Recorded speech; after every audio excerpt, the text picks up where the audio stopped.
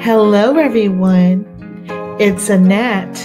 This is In the Know 360, bringing you unfiltered stories, game, and exclusive drops from the next wave of stars. And now you're locked into In the Know 360, where real conversations meet raw talent. Let's go. Well, good evening, everyone, and welcome to In the Know 360 show hosted by me, Annette, the warm-hearted warrior diva. This show gives you journeys on the high-achieving business owners and music artists who share with the audience the importance of bringing a small oh, tongue twister here. Oh my goodness. Um, high achieving business owners and creative artists on the road to greater success. And this evening, I have the pleasure and honor of welcoming Dr. CJ Taylor. Thank you, ma'am, for joining me this evening. Thank you so much for having me on your show, Annette. I appreciate you, and we're going to dive right into some questions and talk about put the guns down a world epidemic as well, because it is a crisis and it needs to be discussed. So, Dr. Taylor, for those that are just tuning in, how would you describe your mission and who you are? Who I am is a woman that's filled with purpose. When I wake up in the morning, I ask God to use me as a vessel and to allow me to be a blessing to someone else, whether it's making a telephone call, handing out a bottle of water, or tapping back into my community on a regular basis. Um, since I was 12 years old, I have been ministering to the community, and that's my service to God. So it's a covenant between me and Him in order for me to serve the community. So it's only natural that all of the things that I do would flow from my core values. I love it. Um, Definitely a greater mission of God, and I'm spiritual as well, and so I applaud you for that. Thank you so much, ma'am, for even shedding light, really, with us. That need to, there's a lot of information that we're going to discuss, but with further ado, let's go on to the next question. So you've worn so many hats, right? As an educator, a coach, an activist, entrepreneur, you're just a well-rounded woman.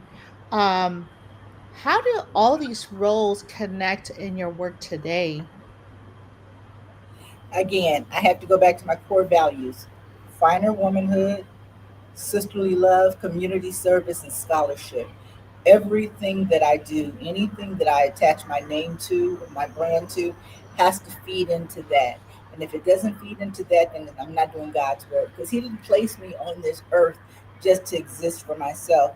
And a perfect example of that, or sometimes you have young people that grow up, they go off to college, and their goal while being in college is to get the perfect job so they can get the perfect car, the perfect home, and the perfect spouse. And then they sit up and say, yay, I made it. I have all of this. Okay, you had that. So you're surviving in life, but are you living? What are you doing? What is your spiritual blueprint?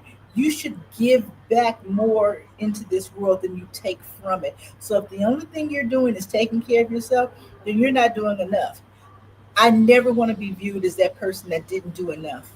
I want to be able to stand before God at the end of my time here on earth, and I'd like for Him to ask me, "What what have you bought me?" And I want to be able to stand in front of Him and say, "Lord, I come to you empty-handed. Everything you gave me, every talent you gave me, I used it while I was here on earth. I want to be empty." Right now, I'm a vessel for the Master's use. I want to one day be an empty vessel that He can continue to pour into. Mm, I love that. Yes, ma'am. I definitely agree 110%. Um, so you began coaching in the Snoop Youth Football League and then at a private all boys school in Watts, and eventually in the collegiate level. How did those experiences shape your vision for social impact? Um, I think my going into coaching was just the evolution of who I am, going back to my core values. I didn't, when I started coaching in the Snoop League, my sons were playing in the league the very first year that it started in 2005 was the first season. And I was a team mom. I stood on the sideline and I watched the kids. I read their body language. I watched how they interacted with their parents, and I watched the leadership, mentorship opportunities that were available there. So I did not become a football coach because I wanted to strike out and say, yay, women's rights, we can do it too. It was really a matter of practicality. I'm the kind of person that instead of standing there and complaining about what I don't like or what needs to be changed, I roll up my sleeves, I get in there and I do it. And as a result, that's how I began coaching. The following year, I was officially a part of the coaching staff. And as my sons moved on, as I evolved, as my talent grew, I saw needs that were at a bigger level and a different level, which is what took me to Verbum Day High School, where I coached for 10 seasons there. At one point, I was even the JV head coach. And it was really interesting because game officials were so gracious to me, so kind to me. Other coaches who had come up through a Pop Warner program, then played high school, maybe some college ball, and now they're giving back to the community and mentoring um, that ran across me, appreciated my being out there. I remember we had a scrimmage against Compton High. And at the beginning of the scrimmage, because it was the beginning of the summer, it was preseason, I had an offensive coordinator, defensive coordinator, and me, and I would run special teams. And the referees asked for the head coach to come out to the center of the field. And I was with my three guys, I mean, my two guys, and then they stopped walking and I kept going. And the ref said, ma'am, I don't think you understand. I asked for the head coach to come out. And I shook hands. I said, Coach CJ here, nice to meet you. When that happened, the opposing team again, which was Compton High, one of their, it wasn't their head coach, but I believe it was one of their assistant coaches. He grabbed me by my hands and he had tears in his eyes and he held my hand and he said, I just want to hold your hand for a minute. Can you step over here and talk to me for a minute? I said, sure. So we stepped away, and I was speaking with him. He said, you know what? I never thought the day would come where a woman would stand in my shoes, and I couldn't be more proud of her than I am. He said, my mom would coach me from the car. We'd be driving home, and she would tell me everything that I did right, everything that I did wrong, and everything I need to improve upon. And she was the best unofficial coach that I ever had in my life. And she's gone away now. If mom were alive and could see this, and you're out here genuinely because you care for these kids. So I just want to thank you. And from time to time, we'll run into each other while I was coaching, and I always look back and reflect on that moment again because it's not about me, it's about He. It's about God placing these vessels in a place, in a position to do His will. And He didn't say whether it should be man or woman. He didn't say whether they should be straight or gay. He didn't say they should be strong and muscular and know everything, or if they should be mild, timid, and reserved. But he said, do my work. And so for me, in coaching football and then ultimately transitioning that into mentoring programs, and the men that I have mentored are phenomenal. I feel that I'm serving our community because I'm giving back. I'm helping them prepare for manhood, and then I'm giving them back. And they're going out and they're doing wonderful things. I saw. I did some information, research, and I was like, "Wow, this is phenomenal! I, you're like a superhero." And I applaud you. And as a single mother, you know, I can relate. I have three of my own and two boys and a girl, so I run a tight ship. Two boys and a girl, right, right. Oh yeah. Oh, so it definitely can get a little bit crazy at times, but uh, like you said, God is he's just a marvelous God. That's all I have to say about that. And I'm just so honored to even be interviewing you because you can relate. It's like, I mean, I saw your clips, your video clips on the movement, and we'll get into that. But just being a strong woman advocate out here, um, helping the youth and men, right? Like raising uh men that are just I'm just lost for words. I'm just lost for words. So your sons are amazing, phenomenal, and yeah, it's what mothers should, look up. You really give us hope. You give us that edge to step out there and make a difference, right? That's what we're here. We're actually talking about the whole movement and saving lives because it's really disheartening and sad to hear that we have a lot of our youth out here that need that love, that need that TLC, right? From not just, well, both roles, mother and father.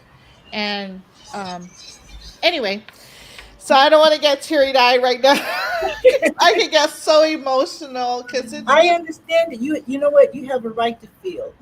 You do these interviews every day, and there should be somebody maybe interviewing you sometime to see how you connect with the community, how you connect with your children, how you're able to keep a steadfast chin in the air, shoulders straight, and persevere. Oftentimes they say, and I today I still hear it when they say it's impossible for a woman to take a boy from boyhood to manhood.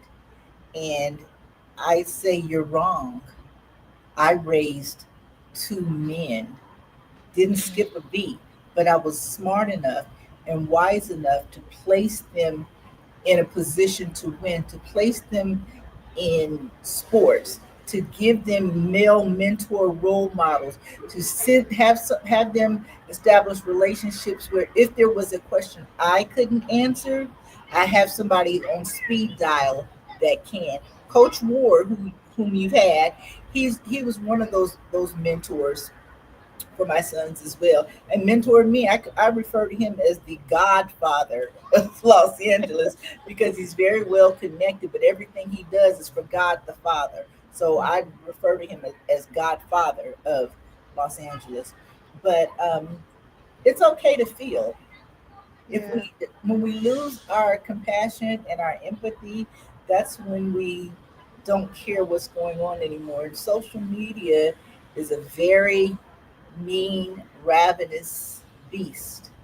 It Mhm. makes people desensitized about Mm. death, desensitized about murder, desensitized about their responsibility of how we should treat one another and mankind. And sometimes it makes people very mean. So we need to have standards in order, and standards start at home. When I was asked about if I knew how to coach, why do I coach, years ago, and I reminded someone that the very first teacher of a child is the mother. We are, and coaching is teaching. We're coaching our children up every day. Come on, do your homework. Yeah. Come on, get dressed. Come on, it's time for dinner. Come on, get it started. Come on, let's go. And we're encouraging our children and telling them, you can do it. Keep moving forward. Keep moving Mhm. forward. And we're responsible for our children because we make sure that they make it to the destinations that they're supposed to be. We screen who their friends are, how they're dressing in their attire, but not every child has a parent that Mhm. coaches them. Mm. Those are the kids that I feel for, that we reach out for. Those are the kids that need someone like me, need someone like you to be in their life. They know that's a phone call away, that I might not be able to help them out in a financial sense, but I can give them a peace of mind. I can pray with them, for them, and over them. Mm, Let them kind of introduce them to the network of people that I have where if I can't do it, maybe there's somebody in my network, ask them what are their goals. You'd be amazed at how many people are graduating, have graduated, or about to graduate high school, and they have no idea of what they're going to do in the future. I recall when my sons were in elementary school, the biggest thing that a lot of kids could look up to was either being a gangbanger, being a drug dealer, being in jail, or being dead. They never even thought that they'd make mm, it to 18. And now we have these same kids out here mm, running havoc. Why? Because they didn't have anybody to coach them up from home. mm. So it's a repetitive cycle that needs to be broken, and we see that in, disparities, health disparities, in the communities. And I it's like one of those things, right? I mean, I don't want to get into the whole scientific or abstracts or PubMed, right? Reviews, but you see a certain element, and you wonder, why did one kid get out of that situation or that toxic environment, and they started to, thrive. But I then, can tell you why. Because that child took responsibility for themselves. mhm, Again, we have too many parents that when the child turns 18, I want you out of my house at 18. So imagine being a 6 year old growing up. And you know, at age of six, that when you're 18, you got to be out of the house. You don't have a B plan. You don't have a C plan. right, Or you don't even know that you can dream, or you come home and you have people around you that you tell or share your dreams with, and they tell you no, you can't do it. But at some point, you have to take responsibility for yourself. You have to say, I'm not running on this hamster wheel anymore, moving in cycles. There's something inside of you that you find, that you touch into, that you make contact with, that tells you you want to do better. And in order to do better, you have to think better. In order to think better, your basic needs need to be met. Your basic needs: food, clothing, shelter. mhm, When those are met and they're secure, then you can think about what it is that you want to do. But parents are doing their children an injustice. right, They don't give them a plan, or when they don't place them around young people. I mean, young people, mentors, and adults that can think past tomorrow. And right. it's hard for a kid that's sitting in a class concerned about where he's going to get his next meal, for him to not think about, well, if this kid over here got a lunch pail and this one over here got a drink, I'm hungry. I don't want to hurt them, but my Right. stomach hurts. And the only thing that's going to stop that pain is food. So if I snatch his meal and take his drink, I can eat for today. My organization and other nonprofits like mine, we don't want to teach you how to eat for a day. We want to teach you how to eat for life. You Mhm. have to find something inside of you, and back again to that spiritual component. When you're answering to something higher than you, then you're not answering to the streets, because you have a backbone, you have a moral compass that's telling you what's right and what's wrong. But when you're being raised by a parent that's a barracuda, that's out there, I got to get mine, I got to have money. You see this, we popping bottles. Popping bottles is doing what for your child? Is it feeding them, clothing them, sheltering them? You being out there in that time popping bottles means you're not providing supervision and guidance and mentorship and growth and hope, and you're not aspiring dreams.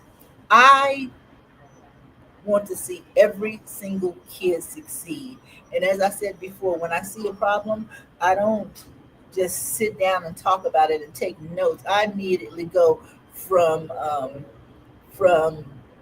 seeing a problem to creating solutions. Mhm. That is very true, Dr. Taylor. Do you, like, as far as the matriarchs or the patriarchs that are in the household, right? What would be the resolve or the resolution I'm for sorry. What would be what? oh, what would be like the resolve or like the resolution for um the parental guidance that you can give, that maybe they're lost or they're misguided or they just they weren't raised or brought up with that moral compass. We well the our documentary, Put the Guns Down, a World Epidemic, it attacks such issues. A great example in my age group, I grew up in the 80s, 90s, and at that time, as a young woman, you either sold drugs, dated a drug dealer, or had a baby by somebody that was using or selling drugs. And it was just how we were. Cross colors, the 90s, the start of kicking hip hop off real big. Mhm. And we didn't, my generation is now taking responsibility for the poisons that we poured into the community. You have a lot in my generation that are in the movie that made mistakes coming through. And now this is we recognize the mistake. We've paid our dues to society, whatever they may be. And now we're having our reckoning with God of what can we do. And it starts with the dialogue. We have to talk about gun violence. It's not those that go register a gun and go through the background check. Um, they're they're responsible firearms owners. So we're not saying take the guns away. We're not saying you don't have a right to use them. We're saying you have a right to protect yourself, but you also have a right to not to be responsible for not taking another life. What we need to do is put down the guns, but pick up a book. Right. Put down the guns and pick up a trade.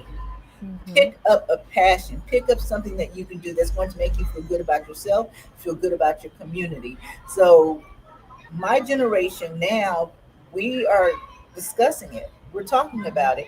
And then some people say, well, you don't need to talk about gun violence, we know it, poo, poo, poo. It's happening everywhere all the time. But see, here's the kicker. In order to rectify a problem, you first have to identify that it is a problem.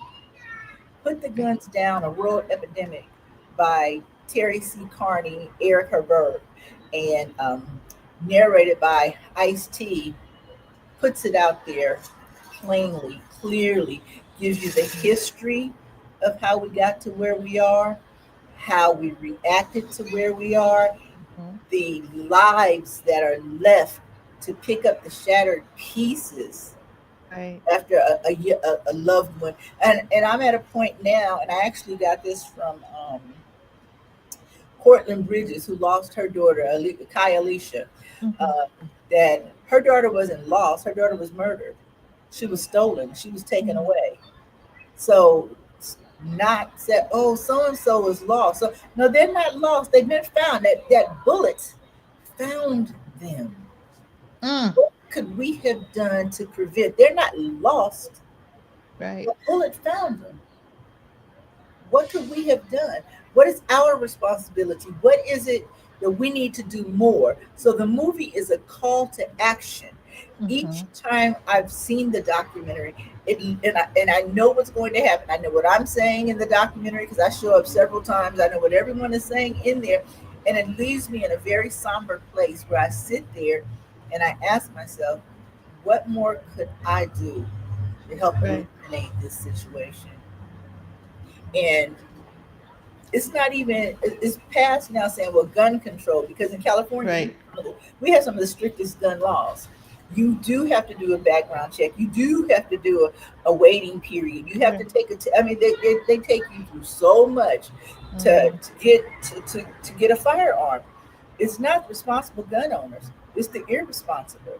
It's those Right. that are finding these dirty guns on the street, those that are Hmm. sitting up in a computer class and making a 3D weapon off of a computer Mm, that can yep. fire one or two shots. And it's the mentality to walk around every day with a gun in your pocket means you're ready to pop off at any time. Right. What's going on in your head? Mm-hmm. That's where the component of mental illness comes in. Where is it where we can have a counselor to Right. intercede, where we can have a mentor to show you a way, where we can have someone that Mm-hmm. has walked in your shoes, Right. has Exactly. has worn your shoes, and they made it. And we need to mentor parents and teach parents how to parent. Right.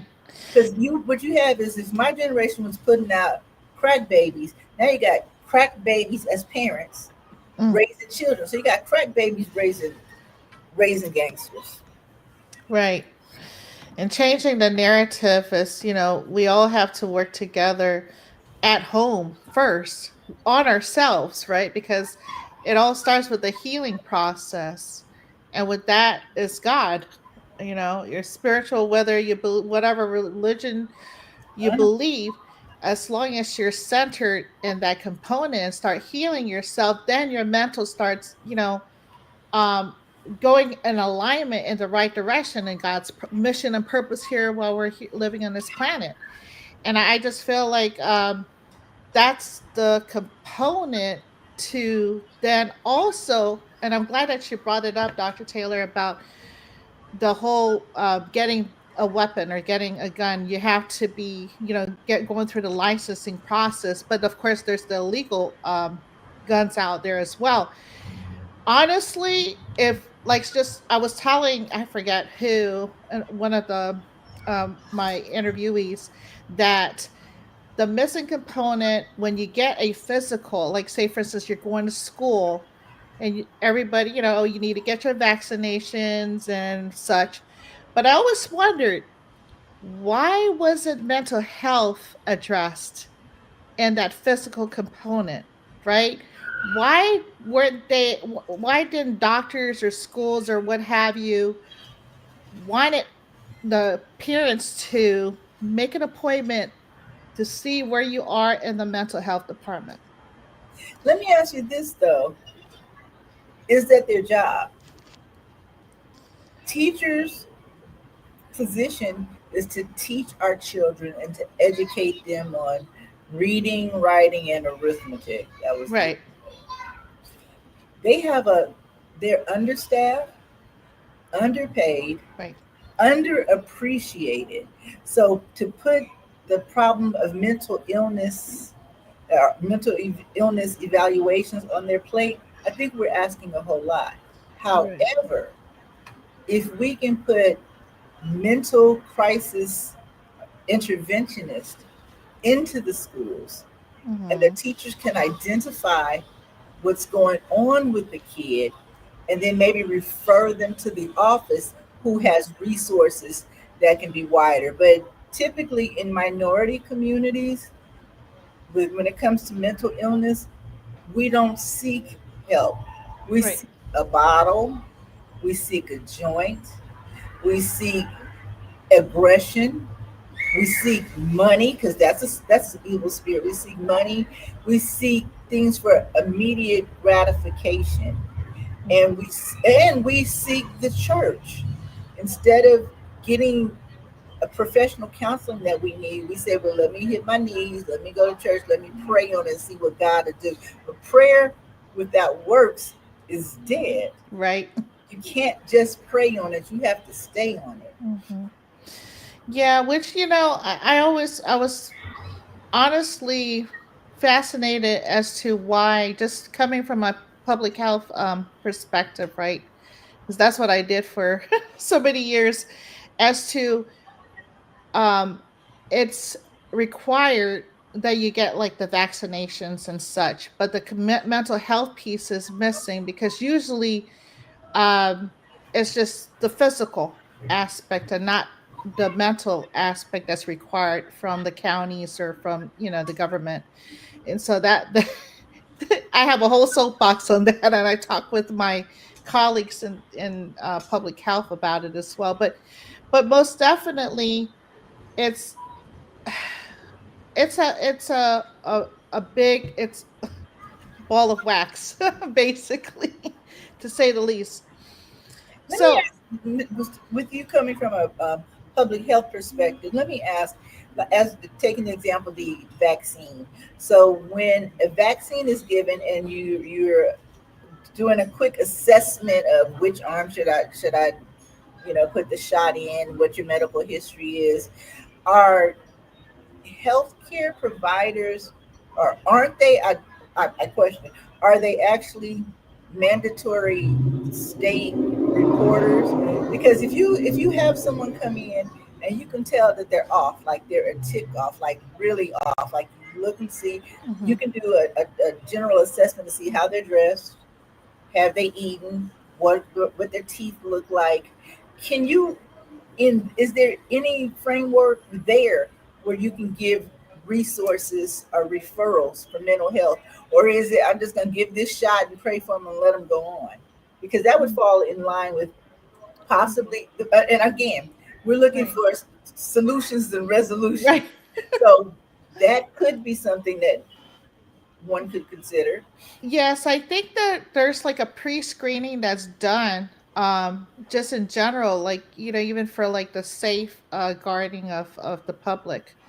Uh, they basically have to answer a questionnaire when they come in to perform or to get the vaccinations. And but I think I think we're probably like there's a fine line between that with that, like you said, actually assessing what's going on with the person versus I'm just here to, to vaccinate you. So yeah, it's kind of like a catch 22. I think we need to really, I think, look into that because that would It actually almost help. like we need to have our mental health assessors. Mental health assessment almost needs to be the very first thing that we do Right. before we give someone cash aid, before we give them groceries. We need to see where they're at. And a lot of times in our daily lives, you'll run across someone and you'll say, "Oh, hey, how you doing?" They say, "Oh, hey, I'm fine." But sometimes we need to look them in the eyes and stop and lean in, Yeah. and not just ask how you doing, lean in and say, "But how are you really doing?" Right. Because that's when you'll get the real answer. Hmm. But we have to have empathy. We have to actually care enough.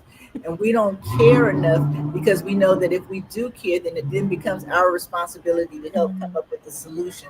And we don't want the solution. So, I just, push back. So it goes back again to a spiritual component. When you have Right. a relationship with God, Christ, Jesus Christ, I'm not afraid to say his name. Right. And when you have a relationship with him, it pricks your spirit Hmm. to see somebody anguished. It pricks your spirit to see someone not being taken care of. And which remind here's another one of my little stories with regard to coaching and helping. Um, this My football team this particular year, we had about at that time we had about 30 kids on our team. Most schools that we played up against would have 60 and upward. So we knew that with 30 kids on the team, we knew that all of our players were probably playing offensive, defensive, and special teams. This particular game, we were playing against a school that we hadn't beat in my lifetime. I haven't been at Vernon Day. We were playing against Bosco Tech, and we were on our third string quarterback because the first one got hurt, he was out. The second one got hurt, he was out. And we were on our third string quarterback, little bitty guy, and but he had a good arm. He played JV, so we pulled him up to play for varsity. So we was out there playing, and I'm watching him, and every time they break out of the huddle, he's kind of like grabbing his stomach. I'm like, I'm visually keeping an eye on him Hmm. while watching the play. So um, when our offense comes off the field, no, yeah, when our offense comes off the field, he's standing on the side and the coach is talking to him, and I'm looking at him. He's listening to the coach, but he's kind of holding his stomach. I said, "There's something wrong." So I asked the coach. I said, "Let me holler at him for a minute." Put him over to the side. I said, "Let me ask you something. Um, when's the last time you ate?" And he said, Mm. "Oh, I ate at nutrition. I said, so you didn't eat lunch and you didn't eat this evening and you didn't eat before the game? Nah. I said, and what did you eat? He said, a pack of hot Cheetos. Oh my gosh. You're out here exhausting all of this energy, and all you ate was a pack of hot Cheetos. So our security guard, Big Chris, I asked him. I said, "Come here, Chris." He came. I said, "Do me a favor. Go up to the hot dog. I mean, to the snack stand. Get a couple of hot dogs. Get some chips. Get some Gatorade. Bring it and a pickle, and bring that Mhm. back to me." And so while our defense was up against, we ran a couple of run plays. So our quarterback really didn't have to pass, so we could just put somebody in just to hand off the ball. And it bothered me that this kid didn't eat. Well, once he had some nutrients in him, he went back in there. He scored maybe 3 or 4 more touchdowns. He ran Wow. into the end zone. At the end of the game, our head coach dedicated, he had each of the coaches sign the game ball. He dedicated it to this kid, and he called him Little Compton now. Oh, His name is, if he's out there listening, his name is Chris Pimento, but they call him wow. Little. He calls him Little Compton now, and he gave him the ball, and we had a victorious ride back on the bus. But it pricked my spirit, the fact that he ate hot Cheetos at nutrition. So I decided to ask everybody else on the Hmm. bus, how many of you, if you ate dinner, raise your hand. A few hands went up. If you ate dinner and lunch, raise your hand. So I went all the way through, and it turned out at the end, only 2 kids had their hands up. One was my Wow. son, and the other was my godson, because I saw to it that they ate. Hmm. And it bothered me so much that that game was on a Saturday. That on that Sunday, I started reaching out to people that are in my inner circle, and what I was able to do was establish a meal program at that high school. So every single day, 5 days a week, and a meal on game day, any kid in that parking lot at the conclusion of practice could get in line and get a meal. And that Wow. would have been in 2013. And to this day, they still have a hot meal program. And those Wow. kids that played on that team, one's in his last year of dental school, one's already graduated with his PhD, one's on his way to get his PhD, Wow. one is an engineer. One went to the league. I mean, these kids, and several are business entrepreneurs. These kids did incredible things because they had incredible role models, because they had incredible people that actually gave a damn. So Mm. it's the small things that we do. None of these kids are out there putting guns to anybody's head. But what I got from that is I helped them get through their years in high school, Hmm. helped them get a position in college. They graduated from college, they're all doing great. And that's just with one group. And I realized that I, myself, I don't know where the power came from, but I had the power to be able to do that. So I started doing it with other kids, Hmm. out to other kids. And then pretty soon I had kids across the state and across the nation reaching out to me and saying, Coach CJ, can you help me get to college? Can you help me get in? So I have generated, I stopped counting, but it's Hmm. well over 600 kids I have helped get into college that are now grown men that have graduated, and they're contributing and giving back to our community. Some of them, I have a few of them that they're educators, and a few of them that are actually on my executive board for my organization, Black Men March on LA. Um, so I say all of this to say that the power of a mentor, the power of stopping and taking the time and asking somebody how they're doing, and then reaching in and saying how you really doing. It's, Hmm. Wow. That's amazing, Dr. Taylor. I was always, well, wondering about the whole food nutrition service because I once was detailed to the U.S. Department of Agriculture, and I would go visit the FNS folks, Food and Nutrition Services, and I thought that the school lunch program, right?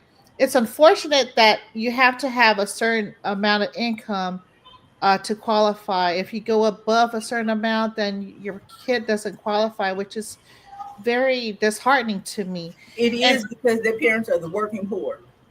right, and so how can, I guess, the supplement, right, for the people, the parents that can't afford the meals, but yet are in that gap where they can't get their kids to have school lunch. What do you what do you say to that? I have a program that I can recommend for after school, cooking for kids, and it's ran by Keith and Karen Johnson. They're centrally located in Los Angeles, in Gardena, actually, off of Western. But you can cooking with a K, cooking for kids with a K. Keith and Karen Johnson.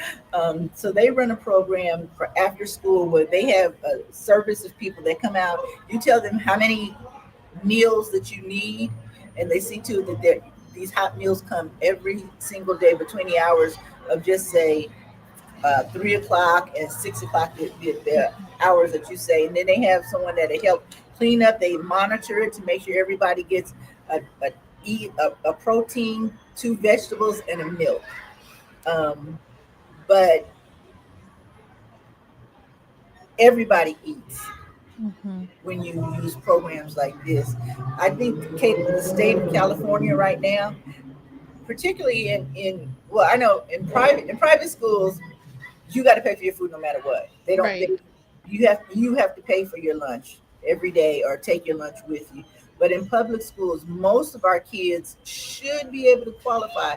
And if they don't qualify, they're in the higher income bracket.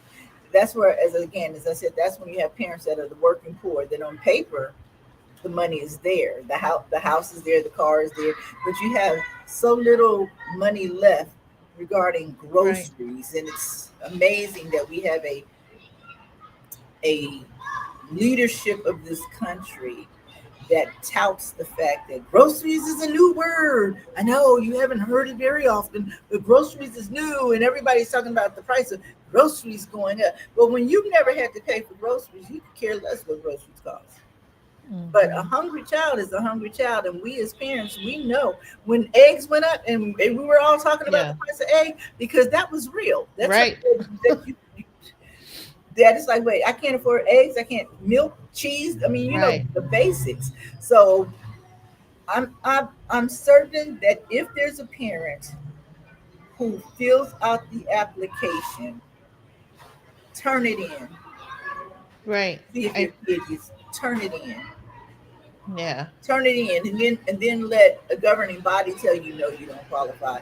But I would turn it in. I'll tell every single kid everywhere, turn that application in because it's food. You have a Yeah. right to eat. That's basic dignity. Talk about mental health. If you're sitting there as a second grader hungry, how are you going to Yeah. listen to a teacher teaching your ABCs? How are you not Exactly. going to be a distraction to other kids? How are you not going to be mentally not there? You're Hmm. thinking about eating, and eating is survival. Right. So there's a lot of work that needs to be done. And as I said, I Hmm. believe in working from resolutions to solutions, from solutions Yeah. to resolutions. Um, and I would tell a parent, put that application in. Let a governing body tell you no. In the meantime, your child should eat daily and often, Right. and stop buying Starbucks. Right. Yeah. I just think that also that component with the, like you were saying, the after school program, right, for meals. Uh-huh. I think, I mean, hopefully through the nation it will pick up, right? And I'm hey, sorry, what you say? I said hopefully that other folks would start listening like to our podcast and pick up the information. Hey, Mhm. maybe we should join in and help feed the kids, right, during that time frame. I would make phone calls. My network is deep, and my network is strong, and my network is about, we're beyond waiting around to see what the government is going to do for us. Right. We have a roll your sleeves up mentality. Okay, we've talked about it enough. Now let's do something for ourselves. In Right. in the same way that I say kids that's that are out here running around with guns in their hands to shoot other people because they said, "Well, nobody helped me." Right. Help yourself. Take full responsibility. At some point, you, as I said, get off the hamster wheel. And it's, they're out here playing these penitentiary games and getting penitentiary prizes. Because when you're walking around with a gun in your pocket every day, you're just looking for an opportunity to use it. I looked on social media 2 days ago. There's this place in Ventura where the kids all go hang, high school kids go and hang Mhm. out on a Saturday night. I mean, everybody has a script, where they drive cars or whatever. And there's this one particular guy. Two girls are arguing. I guess one of the girls is his girlfriend. So he's pulling her away. But it turns out that night, anytime he got into a verbal altercation with somebody, he'd pull his gun out and people would back off and say no. So he had his Mm. gun with him. So there was this 17-year-old kid with a backpack on that was standing there near his girlfriend, and the 17-year-old was telling the guy, from breaking up the girls, telling him, "Man, we need to chill. We need to just de-escalate and bring it down." And the guy's like, "You don't tell me what to do." And the shooter was 19, kid Wow. was 17. And on cell phone video, you see him pull it out. I think the first time he shoots past the kid's head and then he moves it over. That 17-year-old kid died last weekend Mm. for being shot at what should have been a civil place. But this city is full of stories like that of people dying every day, which is what makes the movie so much more pertinent. Put the guns down. It is a world epidemic. You have wars in places where drones are Yeah. dropping bullets now. You have people shooting each other over parking spots, people getting angry and elevated, and who would not really consider themselves to have a mental illness. But in that instance, how Mm. did you use your words? Right. I have a workshop coming up that's going to address this with um, elementary and middle school kids of how to use your words, Mm. how to de-escalate, how to walk away from a situation. You know, risk your pride, save your Right. life. It Mhm. doesn't matter what somebody calls you, but you'll be alive to hear them call you that. Don't lose your life. Don't get your life stolen from you. Right. And you have so many nonprofit organizations that are putting in some work. And what we need is funds. What we need is grants. What we need is resources.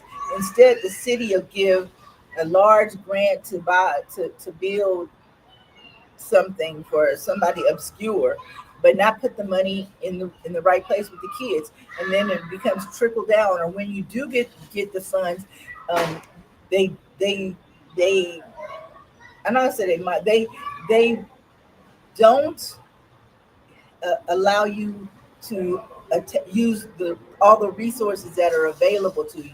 There's so much can be done. We need to give our kids dignity. We need to give them jobs back. We need to place them in a position to win. And Yeah. I could go on and on about how we have failed, but enough about the failure. Now resolve. We need to do better. Right. When you know better, you do better. And mental health needs to be addressed at every level, as early as kindergarten, Oh yes. as For early as sure. kindergarten, so we can groom our children. Because whatever Mhm. you plant grows into the beast that you planted. Right. You know, And don't. go Oh, ahead. sorry. My apologies. Um, and don't feel like it's taboo. You know, if you see your child doing some obscure things like flickering of the fingers or something that's not um, and then the only really reason why I'm saying this, Dr. Taylor, is because my middle child's autistic, so he's at the high end of the spectrum. My So I'm nephews, I have very. nephews, they're twin nephews, they're autistic. They just graduated high school and they just started college. Mhm. College. Right, yeah, and College, but they started so college. my son, he he creates like video games and just a whole bunch of things and stuff that I'm trying to remember. He Idiot was savant. Huh? There's a term called idiot savant that was used back in the late 50s and early 60s, which explained Rain Man, where they may not have the social skills of the average child, but their brain is so advanced in calculating Yeah. numbers, remembering science, computing, configuring, being able to look spatially at something in a three dimension. So they were called idiot savants. I don't know Mhm. what the term would He's be now, but Yeah, he's on the high end of the spectrum, meaning like he's socially aware and everything. Like it's his verbal. yeah, like at first he had like a speech delay in the very beginning, but at age I believe it was 3, I said I need to go ahead and get him assessed, and so we've been doing the ABA therapy since then, and he's 12 now. And I'm shout out to all the therapists, behavioral therapists, and that's why I think don't be afraid or don't feel like it's taboo, because you're doing your child and yourself and a community a disservice. You have to not be in denial. You know what I mean? Because that's the problem. We're all like, oh, we're no, he's fine or she's fine or no, and just coming from a public health standpoint, do it. But ADHD, all these different things out here, ailments, it actually propels the child to, like, when you get them the correct services, right? You empower them. You empower them, and there's no telling what's gonna, like they could be an astronaut. You never know. Uh, um, One of my sons, when he was in kindergarten and in first grade, his teachers were trying to tell me that he had ADHD or ADD. Mhm. So I watched him and I said, no, they wanted me to have him identified that way. But I have I mean, along with all the other degrees that I have, I also have a master's in clinical psychology. So I watched my child. When he got to the second grade, I remember on the first day of second grade, I went to his teacher in tears, crying. I told her, I said, my son can't read.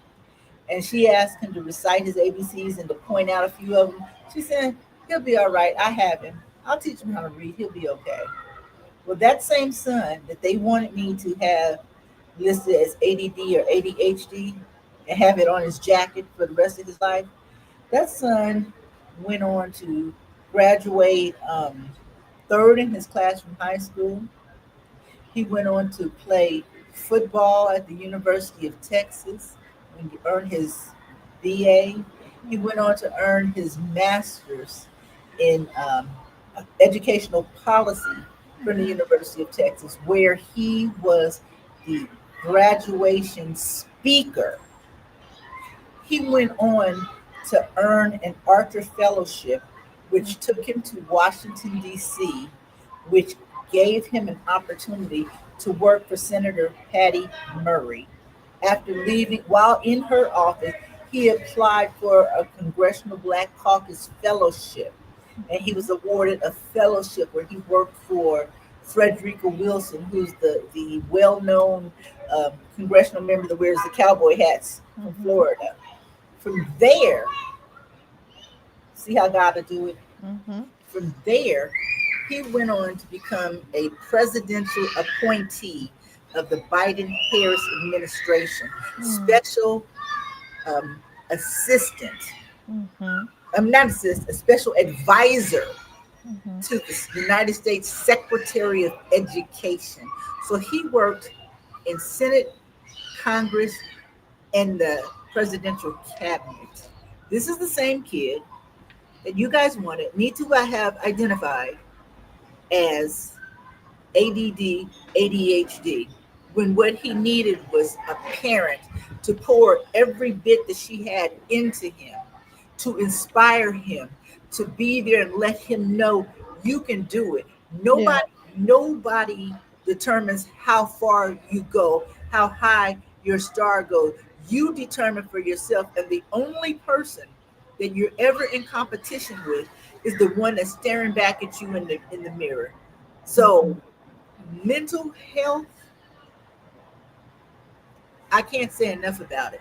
Someone telling a child what they cannot do and limiting their dreams, Yeah. cannot tell enough about it. My other son, who is a 2014 Fulbright Scholar, 2017 Rhodes Scholar, Mm-hmm. he is a New York Times best-selling author, wrote a book called A Dream Too Big, um, the improbable journey from Compton to Oxford. Mm. And he played football at TCU. Yeah. So, and we're looking at two kids Yeah. that were raised by a mother. When people said a woman can't take a boy from boyhood to manhood, give me $1 every time I hear that, and I'll show you what you can do. Don't tell me what I can't do. I'm only Yeah. limited by my own dreams, and I have no limits on my dreams. Yes, ma'am. And that's for sure. I, promote public health. I'm a public health advocacy, and you know, if it helps, any type of like, even us, we need counseling, we need therapy. I'm an advocate for that. Because we all need our mental health.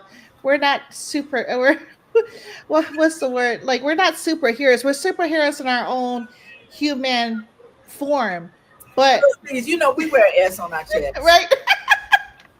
That is so We wear true. an S on our chest. Yes, ma'am. That is so true. Oh my goodness. Well, let's. Wow, we talked about so much about our children. Let's talk about Black Men March on LA. Right? What sparked it? And I mean, I just I'm speechless because it's near and dear to my heart. You advocating and going out there and just helping, just helping our youth, because there are leaders, there are future leaders. So how did this start? Can you give us a quick I can. Black Men March on LA. It actually in May of 20, we were at the height of COVID, and in May 9th, somewhere around May 19th, May 25th, George Floyd was murdered. Mhm. And when George Floyd was murdered, my spirit, like everybody else in the United States, my spirit was pricked. I'm like, how can somebody do this, have no empathy, and not understand that they did something wrong? So I heard Chicago um, made a showing of how they felt about it. Houston said how they felt about it. Detroit said how they felt about it. And I was waiting for a formal response from the city of Los Angeles for us to meet or say something about it, and we didn't. That one night in June, I I woke up, and God woke me up, and He said, "Black men march on LA," Mm. because when the black man wins, the black woman wins. When the black woman wins, the black family wins. When the black family wins, the community wins. When the community wins, everybody wins, because the blacks will kick the door open and bring everybody in. And so he gave me the name Black Men March on LA. So the next day on Facebook, on social media, I typed out, hey, I believe the black men should lead the way. And I'm thinking about doing a formal demonstration, a march from the Staples Center to City Hall, where we'll have guest speakers, and they'll talk about the plight of what we're going through, where we are now, who we are, and where we want to go. And so immediately my box got flooded with, I don't know, I probably had over 100 people say, hey, I'll be there. I'm back. Wow. Hey, I'll be there. But I had a core group of men that I love, I trust, I respect in the most brotherly, sisterly way, that said, when and where, what do you need?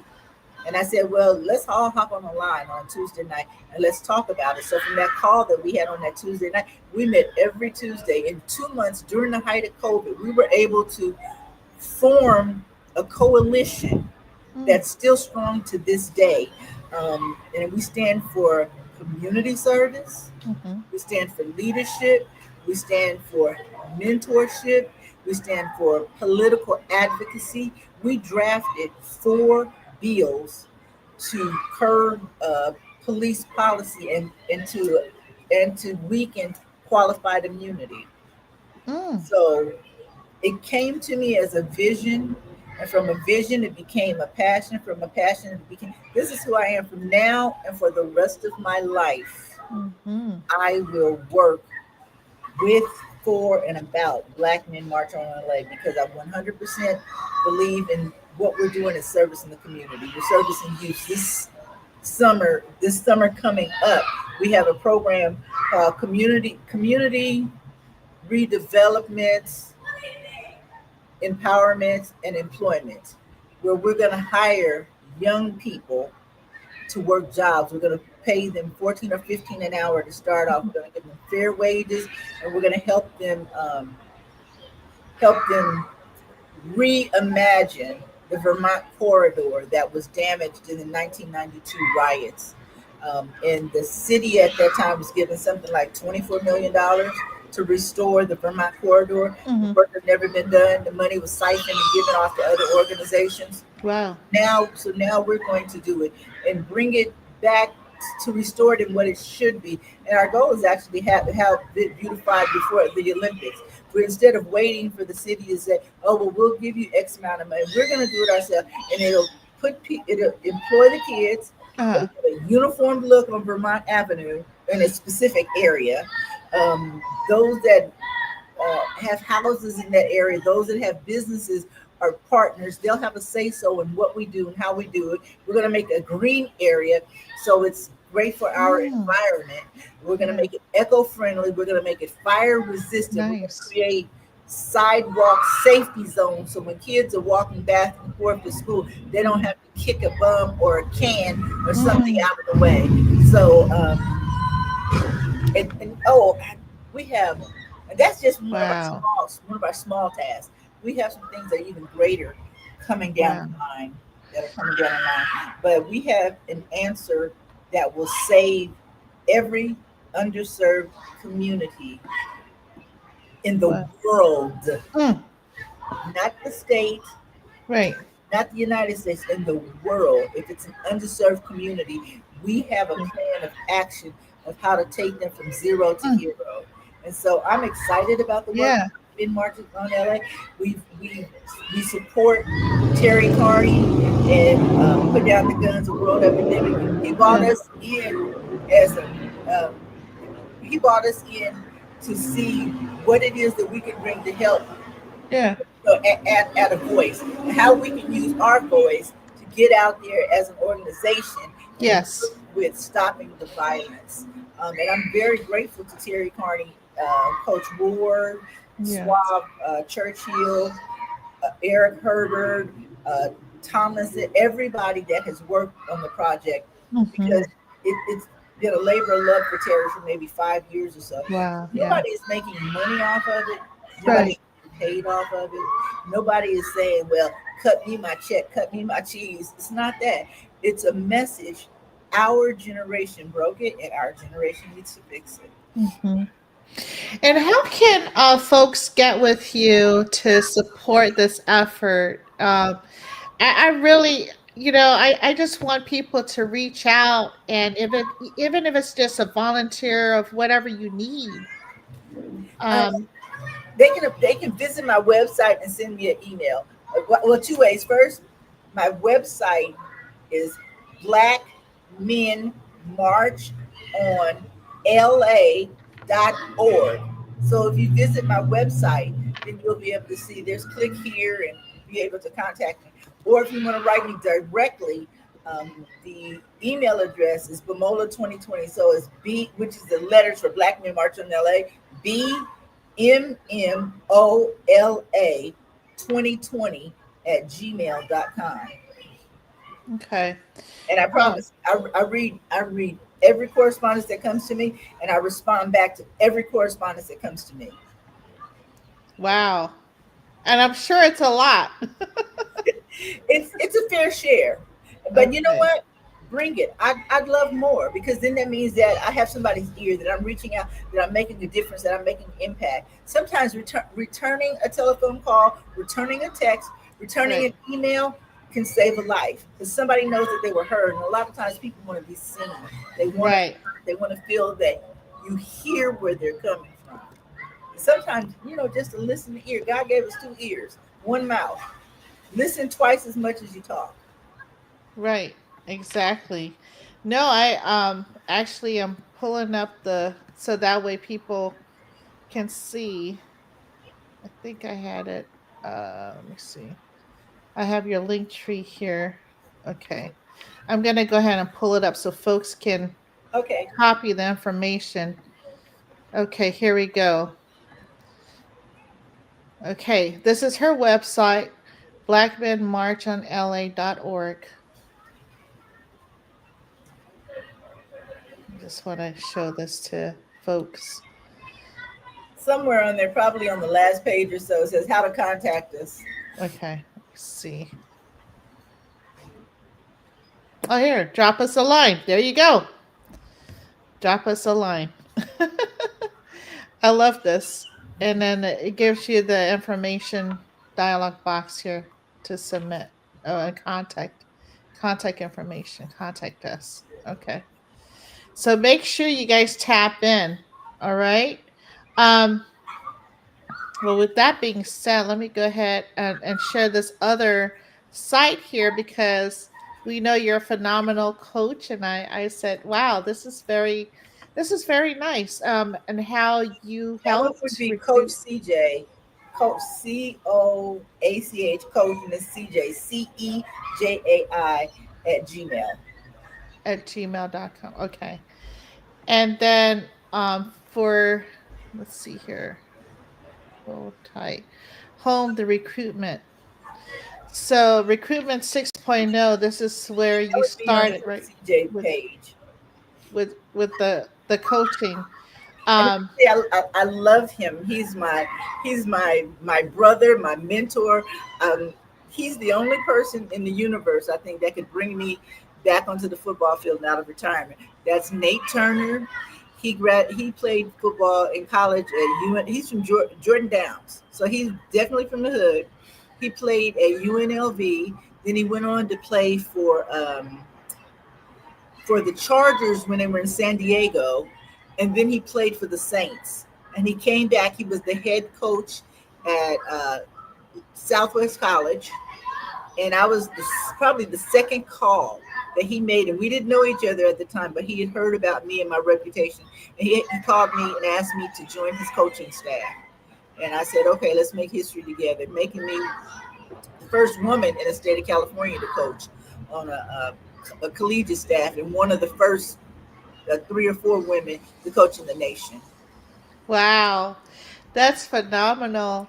And I'm amazed as we scroll down on the website, everyone. I just love the photos as well. um, you've helped so many kids, get to or meet that gap, close that gap to get to college, to get athletic scholarships, perhaps, and whatnot. Um, the testimonials. I love them. Those are my babies. Yes. Wow, this is amazing, Actually, Dr. Jabril Joe. Frazier, the one in the blue on the end, he's Okay. now an edge coach at Boise State. Wow. The one in the center, he's in his last year of dental school. The one Wow. with the dreads, he's in the first year of his PhD program. Oh my goodness. This is amazing. And I'm so happy that the recruitment 6.0 method was founded obviously and created through just to help these young men Engineer, get college graduate, and this one's in medical school right now. with the This he's in medical school to be an anesthesiologist. wow. He is a high school math teacher. He's an engineer. Mm, it's amazing. And It's it's just interesting on Christmas, just uh, about every Christmas Eve, a lot of the fellas get together and they come over to my house and they stand in the middle of the street in front of my house knock on the door, wait for me to come out, and we all have like a reunion. And it's unplanned, it's unscripted. Never know. I just have to remind myself to be home on Christmas Eve because these Mm. boys are rolling up, and they roll up deep. And we stand out there in the street and we just talk and enjoy and fellowship. Oh, And wow. it comes from somebody caring enough to care.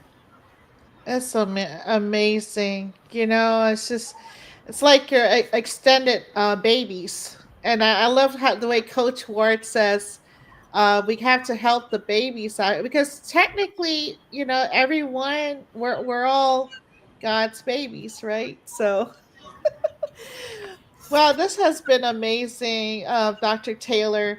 And just so we can jump right into the Put the Guns Down World Epidemic, right? I know that there's series coming out. Um, are you part of the entire like this different series I'm or? certain that I will be. I'm certain that I will be. It's a process. We have this one, and then Terry has, I think, 12 other episodes Okay. to come off of this. This is going to show from the background of how individuals got to where they were, the aftermath of what happens when you leave the loved ones, the Right. work that you have within the community to public figures figuring it out and using Mm, their voice to yeah. solutions Mm, of this is how we do it. It takes a step at a time. This is where we go from here. yeah. So I'm excited. Yeah. It's a project in process, and I'm Me, excited about it. me too. And Dr. Taylor, I think that what we discuss should be implemented into the series, like the nutrition part, the basic fundamental stuff that kids need, right? Um, and the guidance because you sound I mean you have the opportunity to put it out there and hopefully other folks will start listening and shepherding this mission, God's mission, because that's what we're here That's what to it do. is. It's God's mission. Oh, the Mhm. sun is going down. This is See, I know. I could talk all day, but I know that you're a busy woman. We're gonna do some quick fun round, if okay. you don't mind. I, Uh, so the first thing you do when you wake up, I hit my knees and pray. and favorite motivational quote or mantra that keeps you going. I don't make excuses. I make adjustments. Amen. Uh, You know, best. excuses are. I'm sorry. Keep No, going. no. Go ahead, please, please. I think excuses are for the weak. Mm, We don't make excuses. We make adjustments. This didn't work. So what do? You pivot into something else. And if that didn't work, you pivot. As you said earlier, you pointed out, I've worn a lot of hats. I've had a lot of pivots. mm. Yes, ma'am. That is for sure. And close the doors on Hmm. people, places, and things that you don't need to be part of, for sure. Uh, it just came. uh, Amen. right? Uh, best pregame hype song of all time. They're not like us. I love it. Okay. You can have dinner with three people. Who would they be, dead or alive? I would have dinner with my father, my grandmother, and Malcolm X. Oh, I love that. Okay.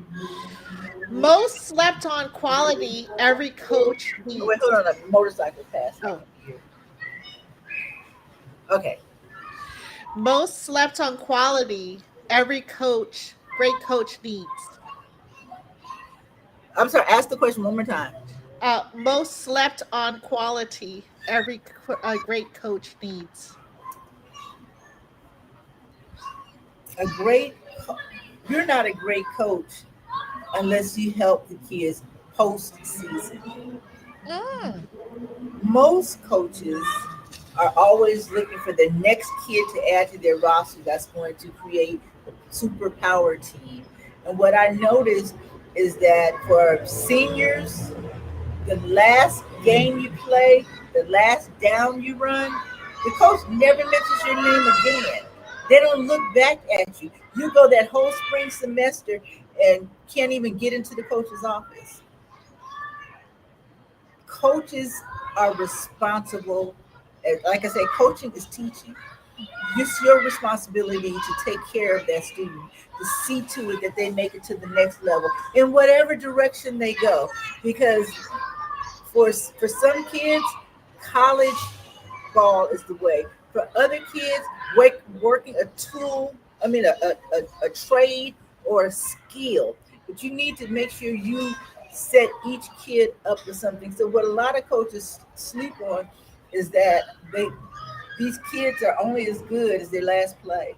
Mm.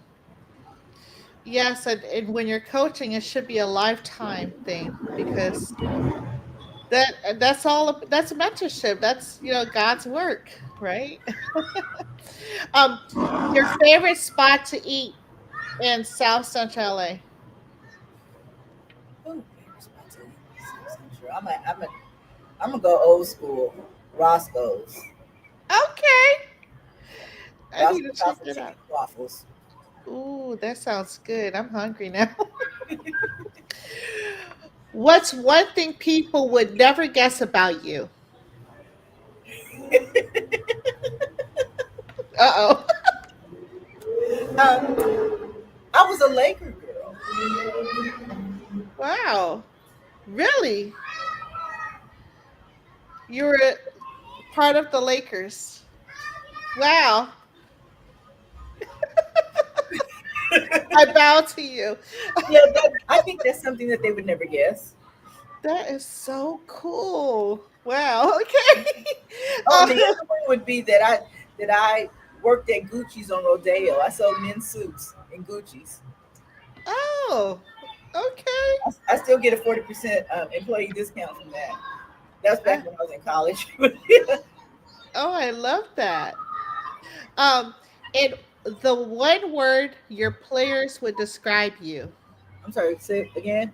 One word your players would describe you. Moms. Okay, moms. I love it. What's one movie, book, or documentary that changed your life? Four Little Girls that was put out by Spike Lee probably in 1998 about the four little girls that were blown up in a church in Birmingham, Alabama. Mm. Denise McNair, Carol Roberson, Addie Mae Collins, and Cynthia Wesley. I still remember their names. Wow. Wow. I need to check that book out. I think I heard the story, but I never read the book. Yeah, they were at church on a Sunday. They went down and they just finished choir rehearsal. They were fixing and preening their hair before going back up into worship service. They were in the girls' bathroom, and actually about 10 people, 10 children, because they just got out of children's worship service before choir rehearsal. 10 children got injured, but four little girls died, and they showed the massive rubble. One parent, he took one of the brick stones out of his daughter's head and he identified her by her shoes. Oh, Another was identified by a pair of glasses that was close to what would have been her face. jeez. Four little girls, they were ages 11 to 14. And for one of them, it was her first time carrying a purse with her mother gave her little Bible. So it sticks to me this day. It was a documentary. It's Four Little Girls by Spike Lee. About 1998. Wow. Oh my gosh. You see how specific I am with it. Yes. Yes. Oh wow. Oh my goodness. Oh, that just gives me Oh, chills. and by the way, Dylan Della Beckworth, the one who set the bomb, innocent. He found innocent. They went to trial. They are all found innocent. Oh my gosh. Even admitted that he did it. And the Birmingham courts found him innocent. That's just, I can't even. Oh, I'm disgusted at that. Mm.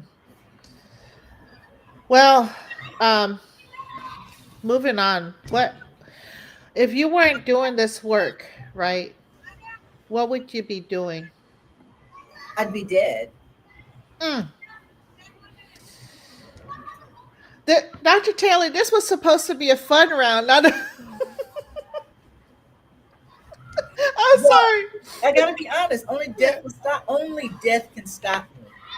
So if I wasn't doing the work that I'm doing right now, I would be dead. I've done everything. As I said, I've pivoted a lot of times in life. Yeah. Now I've pivoted to a place where I want to do rest of my life. Wow. Are there any advisements you would like to give to the audience, to anyone that's I listening? do. I'd like to tell everybody to walk in your purpose. Find something worth living for. Find something that motivates you to wake up in the morning, something that motivates you when you go to sleep, something that you think about. Because when you work in your purpose, it doesn't feel like work, it's service. And who are you servicing? You're servicing God. And if you don't recognize that Jesus Christ is the Son of a living God, you will never have an afterlife that have any quality to it. And Mm. hell is a real place. When you If you don't put down the guns, hell is where you're gonna be. Mm. Well, with that being said, Dr. Taylor, I really, really appreciate you and your stories, and just being out here, making a difference in the world, especially to our youth and our communities. It just gives me chills that to know that we have a purpose and a mission, and it's to put the guns down and to stop this violence and to be accountable for ourselves and our future generation. So, with that being said, Dr. Tara, thank you so much. And and by the way, how was your experience with In the Know 360 tonight, ma'am? I'm sorry. How was your experience with In the Know 360 with me tonight? Absolutely loved it. Absolutely loved this is one of the better interviews that I've done. I appreciate the fact that you did your homework and you asked probative questions that led to discussion. There was never any yes or no. And I appreciate you. Thank you for your platform. Thank you for putting it together. I think that you're doing a wonderful job. I like the fact that you bring empathy and compassion, and that you share a part of yourself with your audience. So it gives them an opportunity to get to know you too through your guests. And I thank you for the privilege. Well, thank you so much, ma'am. And I can't wait. Well, I want to have you back on another episode whenever you have time, as I know you're a busy woman, but I truly appreciate you. And please, let's continue to support the Unity for Social Justice. Let's free Monster Yo, free Prentice Banks, free Jay Burton, free all our brothers and sisters that are in need of our support, please. With that being said, this has been a broadcast of Showing Love Full Circle between NNL 360 and Dr. CJ Taylor. Thank you so much, ma'am, and have a You're welcome. blessed and wonderful evening. Thank We love you. Mwah. you. Good night. And don't forget to tap in and watch the new film documentary. It's really a movement called Put the Guns Down, A World Epidemic, produced by Ice-T and directed by Harry C. Carney Sr., director of the film documentary Put the Guns Down, A World Epidemic. And if you guys haven't tapped in yet, please, please, please be sure to go on Apple TV, Prime Video, Google TV. Make sure that you check out the film, okay? Put the Guns Down, and World Epidemic, and we need to work together for this movement. So I'll see you tonight. Annette, warm-hearted warrior diva at In the Know 360. Love you guys. Mwah.